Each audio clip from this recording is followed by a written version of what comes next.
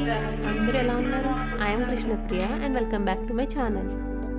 ఈరోజు మనం పెసల బూరెల గురించి తెలుసుకుందాం అండ్ బోనస్గా శనగపప్పు బూరెలు కూడా అలాగో తెలుసుకుందాం. అయితే పెసలని హీట్ మీద ఫ్రై చేసుకోవాలి.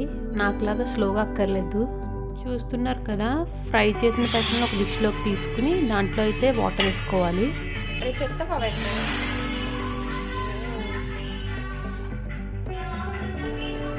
ఇప్పుడు ఏమవుతే ఇలా ఒక ఓవర్ నైట్ నానబెట్టుకోవాలి, లేదంటే మార్నింగ్ నానబెట్టుకుంటే సాయంత్రానికి మీరు తీసేసుకోవచ్చు. నెక్స్ట్ కుక్కర్లో పెట్టుకోవాలి.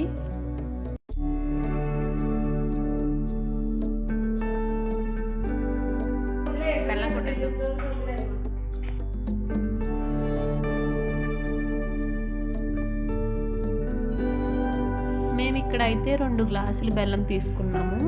మీరు మీకు తగినంత తీసుకోండి. బెల్లం కొట్టాం గాయస్.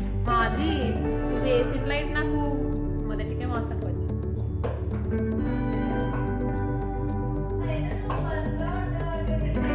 నువ్వు ఇంకా సోపి ఫస్ట్ కట్టే అది. ఇక్కడైతే బెల్లంతో పాటు కొబ్బరికూర కూడా వేసామండి. నేను చూపించడం మిస్ అయ్యాను.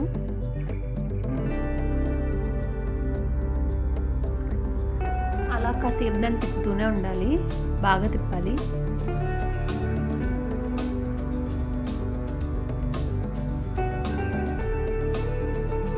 తర్వాత ఆ కుక్కర్లో ఉన్న పెసలని బాగా స్మాష్ చేయాలి, స్మూత్గా మెత్తగా అయ్యే వరకు. అండ్ తర్వాత ఆ స్మాష్ చేసిన పెసలని బెల్లం పాకంలో వేసేయాలి.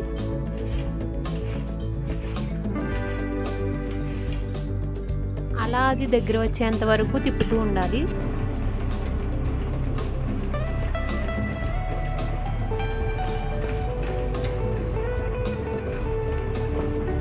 అండ్ లాస్ట్లో యాలకులు వేస్తే మన పూర్ణం రెడీ అయిపోయినట్టే అండి.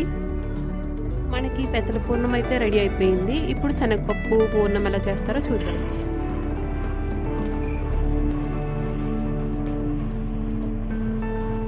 ఫస్ట్ అయితే బెల్లంలో వాటర్ వేసేసి అది పాకం కింద చేసుకుంటున్నాం.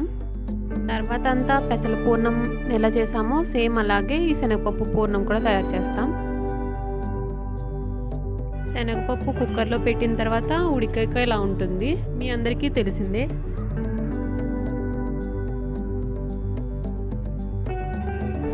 అండ్ తర్వాత మళ్ళీ దాన్ని స్మాష్ చేసుకుంటున్నాం. కాసేపు అలా తిప్పాక అంతా దగ్గరకు వచ్చేసి పూర్ణంలాగా తయారవుతుంది. తర్వాత దాన్ని రౌండ్గా బాల్స్ కింద తయారు చేసుకుంటాం. నెక్స్ట్ దాన్ని తోపులో పెట్టి ఇంక మీకు తెలిసిందే.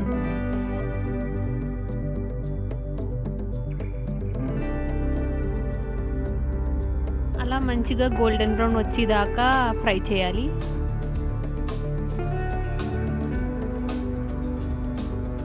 ఇందులో తోపు గురించి అయితే చూపించలేదు, ఎందుకంటే అందరికీ తెలిసిందే కదా అని.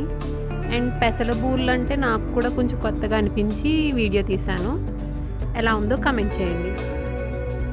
టేస్ట్ వచ్చేసి చాలా బాగున్నాయి. శనగపప్పు బూరెల కన్నా కూడా నాకు ఇవే నచ్చినాయి. మీరు కూడా మీ ఇంట్లో పండక్కి ట్రై చేయండి.